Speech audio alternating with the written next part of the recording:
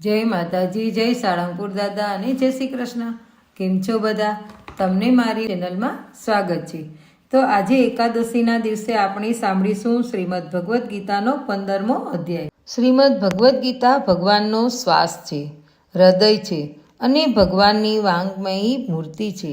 જેના હૃદયમાં, વાણીમાં, શરીરમાં તેમજ સઘળી ઇન્દ્રિયો અને તેની ક્રિયામાં ગીતા જ્ઞાન ઉતરી ગયું હોય છે, એ માણસ સાક્ષાત ગીતાની મૂર્તિ જ છે.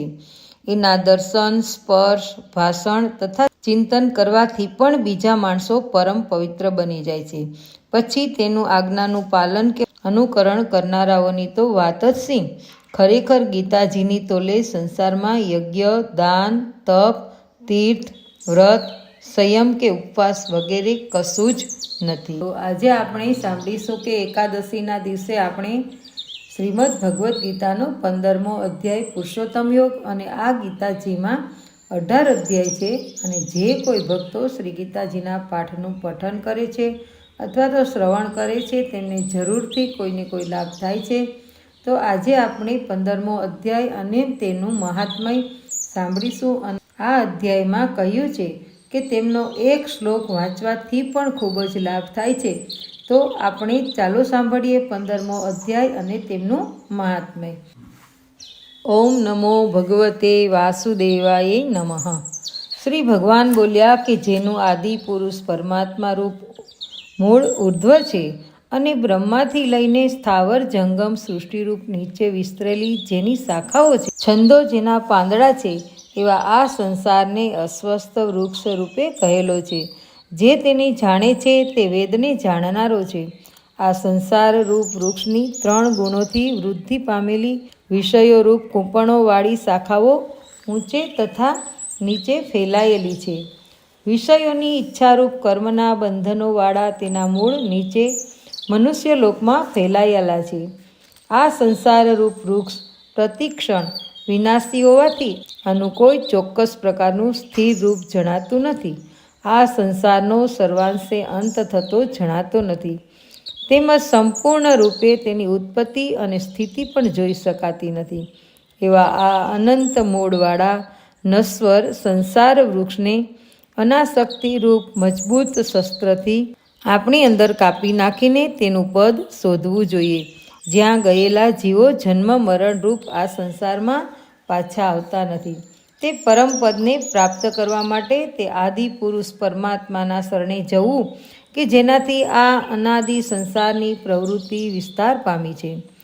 જે મનુષ્યો માન અને મોહથી રહિત છે, જેમણે આસક્તિરૂપ દોષને જીત્યો છે, જેઓ કામનાઓ છોડીને નિત્ય આત્મ સ્વરૂપના ચિંતનમાં રહે છે, જેઓ સુખ દુઃખ વગેરે દ્વંદ્વોથી પર થયેલા છે, તેવા વિવેકી જનોને અવિનાશી પદને પામે છે. તે અવિનાશી પદને પામે છે. તે પદને સૂર્ય, ચંદ્ર કે અગ્નિ પ્રકાશિત કરી શકતા નથી. જે પદને પામી પાછા ફરતા નથી, તે મારું પરમ ધામ છે. આ જીવલોકમાં મારો જ સનાતન અંશ જીવને પ્રકૃતિમાં રહેલી 5 ઇન્દ્રિયો અને મનને પોતાના તરફ આકર્ષે છે. એ જીવ જ્યારે એક શરીર છોડી અને બીજા શરીરમાં જાય છે, ત્યારે વાયુ જેમ આજુબાજુના પદાર્થોની ગંધ લઈને આગળ જાય છે, તેમ છોડેલા શરીરની વાસનાઓ અને મન તથા ઇન્દ્રિયોને લઈને જ બીજા શરીરમાં જાય છે. અને ત્યાં કાન, આંખ, સ્પર્શેન્દ્રિય, જીભ, નાક તથા મનને ધારણ કરી આ જીવાત્મા વિષયોને સેવે છે. ગુણો સાથે જોડાયેલા આ જીવાત્મા શરીરને તેમજ વિષયોને છોડે છે અને ભોગવે છે. તેની આ ક્રિયાની મૂઢ બુદ્ધિવાળા લોકો જોઈ શકતા નથી, પણ જ્ઞાન દ્રષ્ટિવાળા વિવેકીઓ જોઈ શકે છે. વળી યત્ન કરનારા યોગીઓ પણ શરીરમાં રહેલા આ ઈશ્વરી અંશને જોઈ શકે છે. પરંતુ અશુદ્ધ અંતઃકરણવાળા અજ્ઞાનીઓ યત્ન કરવા છતાં પણ એને જોઈ શકતા નથી. સૂર્યમાં રહેલું જે તેજ સમગ્ર જગતને પ્રકાશિત કરે છે, અને જે તેજ ચંદ્રમાં તથા અગ્નિમાં છે, તેને તું મારું તેજ જાણ. હું જ પૃથ્વીમાં પ્રવેશ કરીને મારી શક્તિ વડે સર્વ પ્રાણીઓને ધારણ કરું છું. રસરૂપ ચંદ્ર થઈને સર્વ વનસ્પતિઓને પોષણ આપું છું. હું જઠરાગ્નિ થઈ અને પ્રાણીઓના શરીરમાં રહી પ્રાણ તથા અપાન વાયુથી યુક્ત થઈ અને 4 પ્રકારનું અન્ન પચાવું છું. હું સર્વના હૃદયમાં અંતર્યામી રૂપે રહેલો છું અને મારે લીધે સ્મૃતિ, જ્ઞાન અને વિસ્મરણ થાય છે. સર્વ વેદો વડે જાણવા યોગ્ય હું જ છું તથા વેદાંત શાસ્ત્રનો કર્તા અને વેદોને જાણનાર પણ હું જ છું. આ લોકમાં ક્ષર નાશવંત અને અક્ષર અવિનાશી એવા 2 પુરુષો છે. તેમાં સર્વભૂતો એ નાશવંત પુરુષ છે. તેમનામાં રહેલો જે અંતર્યામી કૂટસ્થ પુરુષને અક્ષર અવિનાશી કહેવાય છે.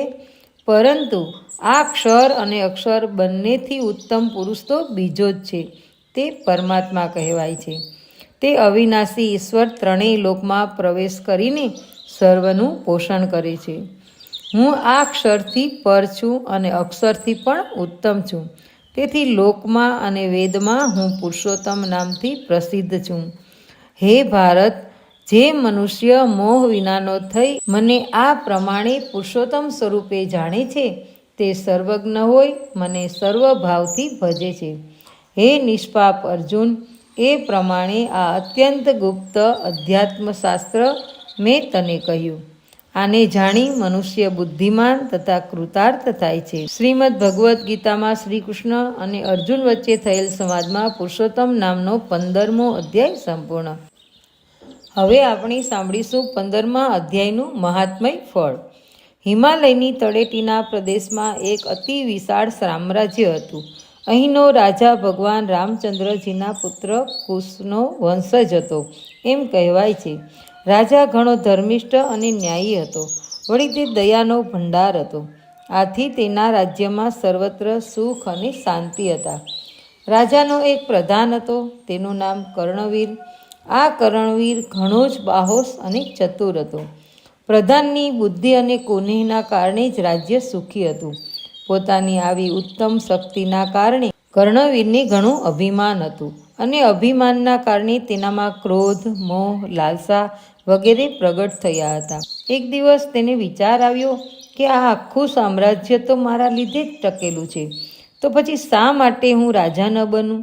આથી ગમે તે પ્રકારે રાજાનો ઘાટ ઘડીને તે પોતે જ રાજા થઈ જવાના મનસૂબા ઘડવા લાગ્યો. પ્રધાનની આ અધમ ઈચ્છા તેના મનમાં જ રહી ગઈ અને એક દિવસ અકાળે જ લૂંટારુઓના હાથે તેનું મોત થયું. પોતાના દુષ્ટ વિચારોના કારણે તે પ્રધાનનો બીજો જન્મ ઘોડાની યોનિમાં થયો અને પોતાના રાજાના ઘોડારમાં જ તેને રહેવાનું થયું. આ ઘોડાની યોનિમાં તેની ચપળતા અને ચાલવાની છટા તેમજ દમામદાર દેખાવને કારણે રાજાએ તેને પોતાની જ સવારી માટે પસંદ કર્યો અને રાજા જ્યારે જ્યારે બહાર જાય ત્યારે તેના ઉપર જ બેસીને જતો. એક દિવસની વાત છે. કેટલાક તપસ્વીઓનો મોટો સંઘ જાત્રાએ નીકળ્યો હતો. આ સંઘ રાજાના રાજ્યમાંથી પસાર થવાનો હતો. જ્યારે રાજાના પાટનગર પાસે યાત્રાળુઓનો સંઘ આવ્યો ને ત્યારે સાંજ પડી ગઈ. એટલે જે મુખ્ય તપસ્વી હતા તેણે નગરની બહાર જ એક સુંદર સ્વચ્છ સ્થળ જોઈને ત્યાં જ પડાવ નાખવાની આજ્ઞા કરી. રાજાને આ વાતની ખબર પડી. તેણે પોતાના માણસોને મોકલ્યા અને યાત્રાળુઓને રહેવાની, જમવાની વગેરે વ્યવસ્થા પોતાના તરફથી કરાવી દીધી. મોડી રાત્રે જ્યારે બધા યાત્રાળુઓ જમીને પરવાર્યા ત્યારે રાજા પોતે આ તપસ્વીઓના દર્શન કરવા પોતાના માનીતા ઘોડા ઉપર બેસીને આવ્યા. મસાલોના અજવાળામાં ભજન કીર્તન કરતા સંઘના દર્શન કરીને રાજા પોતાની જાતને ધન્ય માનવા લાગ્યા. સૌથી મોટા મુખ્ય તપસ્વીનો જ્યાં મુકામ હતો ને ત્યાં આવ્યા ત્યારે રાજા ઘોડા ઉપરથી નીચે ઉતર્યા તથા ઘોડાની લગામ પોતાના રક્ષકના હાથમાં સોંપીને રાજા મહંતની પાસે પહોંચ્યા અને પ્રણામ કરીને એક બાજુ ઉપર બેઠા. આ સમયે ગીતાના 15મા અધ્યાયનો પાઠ ચાલતો હતો. થોડા શ્રદ્ધાળુઓ, યોગીઓ તપસ્વીની સાથે બેસીને આ પાઠ કરતા હતા. પાઠમાં ભંગ ન પડે એટલા માટે રાજાનું આગમન જાણવા છતાં કોઈ કાંઈ બોલ્યું નહીં. તે જ રીતે રાજા પણ કાંઈ બોલ્યા નહીં. થોડી ક્ષણો પછી જ્યારે પાઠ પૂરો થયો ત્યારે એકદમ જ રાજાના ઘોડાએ જોરથી હણહણાટ કર્યો અને એક ક્ષણમાં ઘોડો પ્રાણ વગરનો થઈને ત્યાં જ જમીન ઉપર ફસડાઈ પડ્યો. એકદમ આમ કેમ બન્યું તે ન સમજવાથી રાજા મૂંઝવણમાં પડી ગયા. આ જોઈને પેલા તપસ્વી ઉઠીને રાજા પાસે આવ્યા તથા ઘોડો પૂર્વજન્મમાં પ્રધાન હતો અને તેના અધમ કર્મોના કારણે ઘોડો થયો હતો તે વાત કરી. વળી ગીતાના 15મા અધ્યાયના શ્રવણથી આજે તેનો ઉદ્ધાર થયો તે પણ કહ્યું. તે સમયે ઘોડાનો દિવ્ય આત્મા આકાશ માર્ગે જતો જોયો. 15મા અધ્યાય શ્રવણનું જો આવું ફળ હોય તો નિત્ય પાઠ કરનારને શું ન ફળ મળે. તો આજે આપણે ગીતાજીનો 15મો અધ્યાય પુરુષોત્તમ યોગ અને તેમનું મહાત્મય કથા અને ગીતાજી વિશે સાંભળ્યું. તો આ વિડીયો તમને પસંદ આવ્યો હોય તો વિડીયોને લાઈક અને શેર કરજો અને જો મારી ચેનલ પર પહેલીવાર આવી રહ્યા હોય તો ચેનલને સબસ્ક્રાઈબ કરી દેજો. ફરી મળીશું ધાર્મિક જ્ઞાન સાથે. ત્યાં સુધી બધાને જય શ્રી કૃષ્ણ.